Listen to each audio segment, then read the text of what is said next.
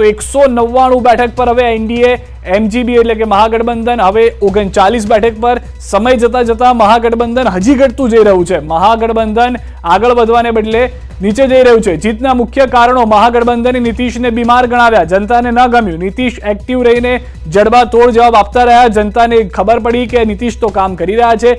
Ticket આપવામાં મહત્વની ભૂમિકા ભજવી છે એનડીએ.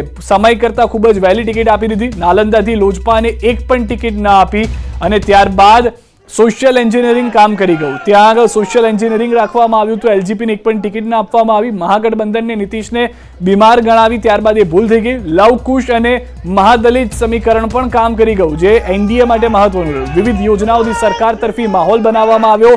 યોજનાઓ જાહેર કરીને તુરંત તેના લાભ આપવાની શરૂઆત કરી દેવામાં આવી. નીતિશે બીમારની વાત હોવા છતાં 81 જેટલી રેલીઓ કરી હતી. ભાષણોમાં માત્ર કામનો જ ઉલ્લેખ કર્યો, કોઈ પ્રહાર નહીં, કશું જ નહીં. કેટલા કામ કર્યા છે, 20 વર્ષમાં કરેલા કામ પર મત માંગ્યા નીતિશે અને તેમની સાથે લાલુ પર વ્યક્તિગત નિશાન ન સાધવું સફળ રહ્યું તેવું લાગી રહ્યું છે કે લાલુ ઉપર તેઓ કોઈ શબ્દ ના બોલ્યા. મુખ્યમંત્રી ચહેરો જાહેર ન કરવાની રણનીતિ સફળ રહી. પછી ભલે કહેવામાં આવ્યું કે નીતિશ કુમાર જ અમારા મુખ્યમંત્રી હશે. 4 બેઠક પર મુસ્લિમને ઉતારી મુસ્લિમોને પણ સાધી લીધા હતા, જે કહેવામાં આવે છે કે સમુદાય જે હંમેશા એનડીએથી અલગ રહ્યો છે, લઘુમતી સમાજ તેમને સાથ નથી આપતો, તો લઘુમતી સમાજને પણ ટિકિટો આપી. ત્યાંથી પણ ઉમેદવાર પોતાને જીતાડીને લઈ આવ્યા. પીએમ મોદી સાંજે 6 વાગે ભાજપ ઓફિસ જશે. ત્યાં આગળ કાર્યકર્તાઓ સાથે તે સંબોધન કરશે. સામાન્ય રીતે પ્રધાનમંત્રી નરેન્દ્ર મોદી, અમિત શાહ, પ્રદેશ પ્રમુખ જે હોય છે તે અથવા તો રાષ્ટ્રીય પ્રમુખ જતા હોય છે અને તે વાતચીત કરતા હોય છે, કાર્યકર્તાઓ સાથે સંબોધન કરતા હોય છે. તો આજે પણ તેવા દ્રશ્યો ફરી એક વખત જોવા મળશે. કાર્યકર્તાઓને સંબોધન કરશે પ્રધાનમંત્રી નરેન્દ્ર મોદી. જેપી નડ્ડા પણ ત્યાં જોવા મળી શકે છે. બિહારમાં એનડીએની આ પ્રચંડ જીતને લઈને કાર્યકર્તાઓમાં ઉત્સાહ અને ઉમંગનો માહોલ જોવા મળી રહ્યો છે. અને હવે જે જાણકારી છે, ટૂંક સમયમાં શક્યતાઓ એવી પણ છે કે એનડીએ 200 બેઠકોનો આંકડો પાર કરતી જોવા મળે. 199 બેઠક પર પહોંચી ગઈ છે. જેમ જેમ ઈવીએમના વધુ રાઉન્ડ થઈ રહ્યા છે તેમ તેમ મહાગઠબંધન નીચે ધકેલાઈ રહ્યું છે, પાછળ ધકેલાઈ રહ્યું છે. એમ ફેક્ટરને સાધવામાં નીતિશ સફળ રહ્યા છે. ટ્રિપલ એમ ફેક્ટરને એનડીએ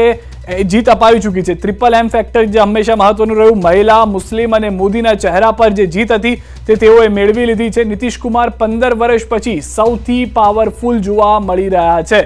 સતત 10મી વખત મુખ્યમંત્રી બની રહ્યા છે અને હજી પણ જે આંકડાઓ આવી રહ્યા છે સ્પષ્ટ કહી રહ્યું છે કે જનતાનો એકમાત્ર વિશ્વાસ હતો તે એનડીએ પર રહ્યો છે. એટલે જ એનડીએને 199 જેટલી બેઠકો આપવા તરફ જનતાએ મતદાન કર્યું હોય તેવું લાગી રહ્યું છે. હજી એક વખત એ પણ સ્પષ્ટ છે કે જ્યારે એક્ઝિટ પોલ આવ્યા ત્યારે એક પણ એક્ઝિટ પોલે આવો આંકડો નથી બતાવ્યો કે આટલો મોટા ફેરફાર થઈ શકે છે.